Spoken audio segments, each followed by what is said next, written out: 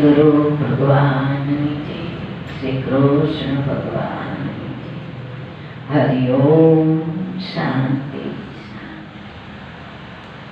આ મમતા મનની પર હરીએ, ખબર વગર, સમજણ વગર, જ્ઞાન વગર, જાણ્યા વગર મનમાં મમતા આવી જાય છે. એટલે મન મારું મારું કરે, દેહ મારું, ધન મારું, ઘર મારું, કુટુંબ મારું, મારું મારું કરે. પણ જ્યારે સમતા આવે છે ત્યારે મનમાં કોણ વસી જાય છે? માધવ, મોરારી, શ્રી હરિ, શ્રી ભગવાન વસી જાય છે અને લક્ષમાં જીવાત્માને આવી જાય. પછી મનથી જ પોતે હસે છે કે પ્રભુ મારું કાંઈ નથી. એકાંતમાં પણ વાલા સાથે, ભગવાન સાથે સુંદર વાતો કરે છે અને ધીરે ધીરે મનથી સમજી જાય છે કે હે માધવ, હે ગોવિંદ, હે ભગવાન, હે પરમ ગુરુ, કેવા અણસમજુ અમે હતા. આજે તો તમે અમારી અંદર જીવનું જીવન બન્યા અને અમને આવું હળવા બનાવી દીધા એક પલકારામાં કે તું ને તારું. આમાં મારું કાંઈ નથી. જો હું મને ગોતું ને તો ખોવાઈ જવામાં, હું પણ જડું એમ નથી. પ્રભુ ધન્ય છે, આવા સંતોને ધન્ય છે. સહેજમાં નકર જીવાત્મા જન્મે ને તો એને મમતા લાગી હોય, મમતા મારતી હોય, મમતા દુખી કરતી હોય તો એને ખ્યાલ નથી. પણ સંતની સંગતિમાં બેસે ને તો સત્સંગ દ્વારા, વચનના અમૃત દ્વારા ખ્યાલ આવી જાય છે. એટલે જ આપણા સાચા સંતો સગુણ અને નિર્ગુણ બે સાથે પ્રાગટ્ય હોય છે. એ દર્શન બહુ ઉત્તમ કીધું છે. પછી પ્રેમ મૂર્તિ હોય તો ભલે, અન્ય ઘણા બધી આપણી ભારત ભૂમિ તો એવી સુંદર સંતોની ભૂમિકા છે. વળી હેતે હરિવર વર્ય. જો મમતા મુકાય તો હરિવરને વરી શકાય મનથી. જો મન હોય તો મારી જવાય. તો મનને મારવું એટલે આવા વિકારોથી મારી નાખવું પડશે. એ મિથ્યા મમતાને મૂકી દેવી પડશે અને મનથી સત્યને ગ્રહણ કરવું પડશે. તો કેને વરી જાય છે જીવાત્મા? હરિ વરને વરે છે. ભલે ધંધો કરો, વેપાર કરો, ગૃહસ્થ ધર્મની અંદર સંતાનોનું પાલન પોષણ કરો, સુંદર નીતિ ધર્મ મહેનતથી આપણે કમાય, પણ ભેગા પરમાર્થના કાર્ય કરતા જાય અને સંતો અને ભગવાનને સંગે રહી આપણું જીવન પસાર કરીએ તો એ જીવતર બહુ ઉત્તમ કહેવાય છે. એટલા માટે અહીંયા આપણે નિરાંત મહારાજ કહે છે હેતે હરિવર બનીએ. તો સેજ ભવસાગર તરીએ સહજમાં, એટલે જ સહજ યોગ સહજાનંદ કીધો કે સંતોની સંગતિમાં આપણે શું પામીએ છીએ? તો કે સહજાનંદ પામી જાય છે. જેમ મનુષ્યને કુસંગ થઈ જાય, એવા ખરાબ ગુણો વાળાની સંગતિ થઈ જાય તો એની અંદર ખરાબ ગુણ આવી જાય છે.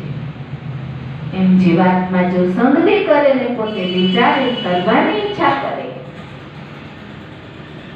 તો સુંદર મજાની વાત કરી કે સારા ગુણો લઈશું તો સહેજે પાર પામી જવાશે અને સહેજે સહજાનંદ પ્રાપ્ત થાય છે. સહજાનંદ એટલે સહજ નિજાનંદ, આનંદ, સ્વપોતાનો આનંદ. એ આનંદ આઠે ભરીએ છે. ભાનમાં રહી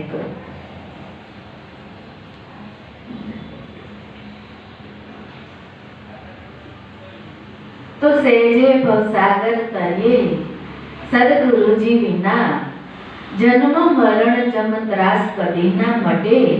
મન માર્યા વિના પરાપાર પુરુષોત્તમ કેમ કરી પેટે.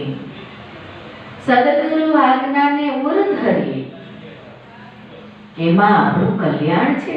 તો સદગુરુની આજ્ઞાને આપણે ઉરમાં ધારણ કરી રાખવી જોઈએ. આજ્ઞાને ભૂલવું જોઈએ નહીં, બેધ્યાન બનવું જોઈએ નહીં. શું કે એમાં આપણું કલ્યાણ છે. પછી સુરત અને શબ્દનો મેળ કરીએ. શું કે ઈશ્વર બોલે છે આપો આ.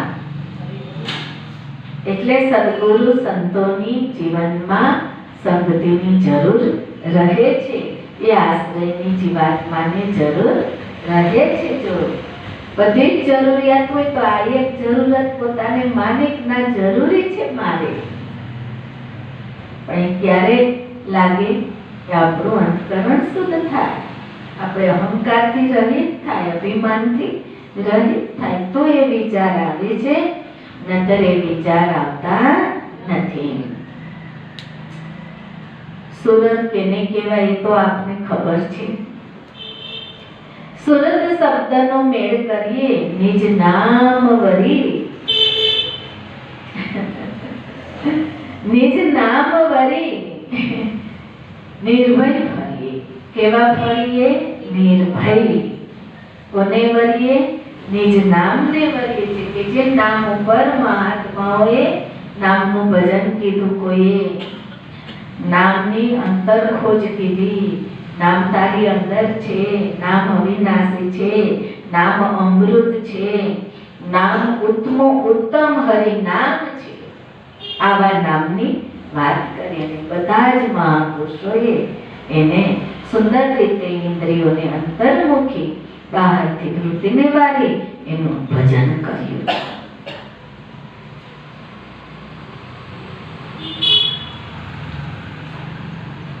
સદગુરુના શબ્દ વગર નામની સમજણ આવતી નથી. નામ શું છે એ પણ ખ્યાલ આવતો નથી સદગુરુના જ્ઞાન વગર.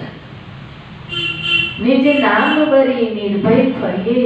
સદગુરુ ભેટે. કોણ ભેટે? સદગુરુ ભેટે. સદગુરુજી વિના જન્મ મરણ જમત્રાસ કદી ના મટે. જ્યારે સમરથ સદગુરુજી મળ્યા ત્યારે મનના સંશય સૌ ગયા. જ્યારે સદગુરુજી મળ્યા ત્યારે મનના સંશય સૌ ટળ્યા. કહે જન નિરાંત મહાત્મા. મહારાજ કઈ સંત શિરોમણી કઈ સંતો આપણને બહુ વાલા, ભલે 100 વર્ષ પહેલા થઈ ગયા હોય, 200 વર્ષ પહેલા થઈ ગયા હોય, ઘણા 300, 500, હજારો વર્ષ પહેલા થઈ ગયા, હાલે સંતો છે. એવા સમર્થો છે, નથી એવું નથી. પણ આપણામાં પારક શક્તિ હોય તો આપણે પારખી ઓળખીને નિહાળી શકીએ. બાકી વેશ ધરી લેવાથી સંત બની શકાતો નથી. વેશ રામનો ધરી લઈ તો રામ બની શકાતું નથી. વેશ કૃષ્ણનો ધરી લઈ તો કૃષ્ણ બની શકાતું નથી. તો કે વેશથી તો જેણે વેશ ધર્યો છે તો એનાથી ન્યારો છે. તો જેમ છે એમ સત્ય તો કેટલું ન્યારું ને પ્યારું હશે. સત્ય તો સત્ય જ છે, હાલ હજુર જ છે. પણ એને નિરખવા માટે આપણું અંતર્મન પણ બહુ શુદ્ધ હોવા જોઈએ. જન નિરાંત મહાત્મા અનામ નામે ભળ્યા. કેમાં ભળ્યા? સદગુરુજી ભેટ્યા. કોણ ભેટ્યું? સદગુરુજી. એવા મહાત્માઓ આદિ અનાદિ પરમાત્મા તરીકે આપણે પૃથ્વી ઉપર પૂજો છો.